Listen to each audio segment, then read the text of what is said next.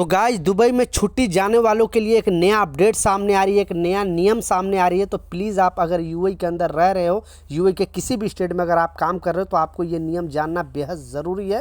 नहीं तो कम जानकारी की वजह से आपको प्रॉब्लम हो सकता है, क्योंकि बहुत सारे लोग इस तरह का कंपनी पे इल्ज़ाम भी लगाते हैं, ब्लेम भी करते हैं, लेकिन उनको रूल के बारे में पता नहीं होता है और वो सोचते हैं कि जज जो हम कर रहा हूँ वही सही है। तो इस नियम को आपके लिए जानना बेहद ज़रूरी है, क्योंकि मोरे ने क्लियरली अपडेट जारी करके बता दिया है। तो दो इंपॉर्टेंट खबर सामने आ रही है, दोनों अपडेट के ऊपर आपसे बात करने वाला हूं।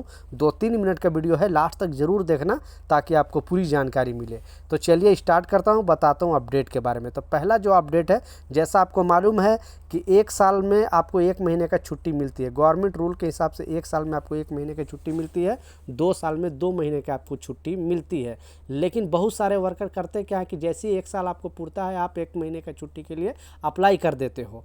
तो कंपनी के पास ये रूल, ये नियम है कि आपको 2 महीने तक कंपनी छुट्टी इधर उधर कर सकता है। ऐसा नहीं कि जब आपका 1 साल हुआ और आप छुट्टी अप्लाई करोगे तो छुट्टी आपको पास ही हो जाएगा।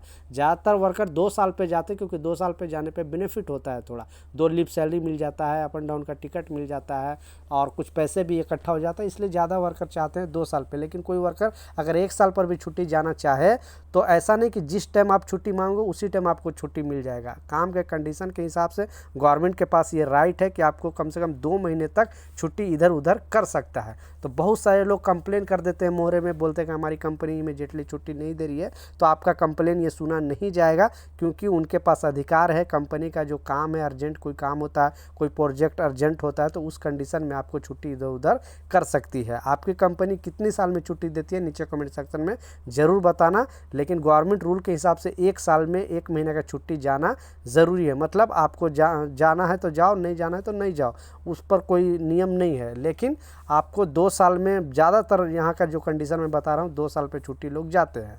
इसी से रिलेटेड एक नया अपडेट आ रहा है और इस अपडेट में बताया जा रहा है कि जो लोग वक्त से ज़्यादा वहाँ पे रुक जाते हैं, यानी कंपनी आपको 2 महीने का छुट्टी दिया, आपने 3 महीना रुक लिया, 4 महीना रुक लिया अपने मर्जी से, तो उस कंडीशन में जब आप किसी कंपनी से फाइनल जाओगे, फाइनल एग्जिट जाओगे, उस टाइम जो ग्रेजुएटी का जो हिसाब किताब है, कंपनी के पास राइट है कि वो आपको कुछ पैसे काट सकता है। पूरा पैसे नहीं, लेकिन कुछ पैसे आपको काट सकता है, क्योंकि 1 साल में 21 दिन का आपको ग्रेजुएटी मिलता है, 2 साल में 42 डे, इस तरह से 5 साल में 21 दिन का मिलेगा। छठा साल से आप 7वां साल, 8वां साल, जितना साल भी रहोगे, आपकी जो बेसिक सैलरी है 1 महीने का मिलेगा, जितना भी 5वां साल से स्टार्ट हो जाएगा। तो लेकिन अगर टाइम से ज़्यादा रह लोगे बगैर परमिशन कंपनी के, तो कंपनी के पास राइट है कि आपकी जो सैलरी है, यानी जो ग्रेजुएटी है, वो काट सकती है। लेकिन कंपनी के ऊपर है, उसकी मर्जी है काटे, उसकी मर्जी है ना भी काटे।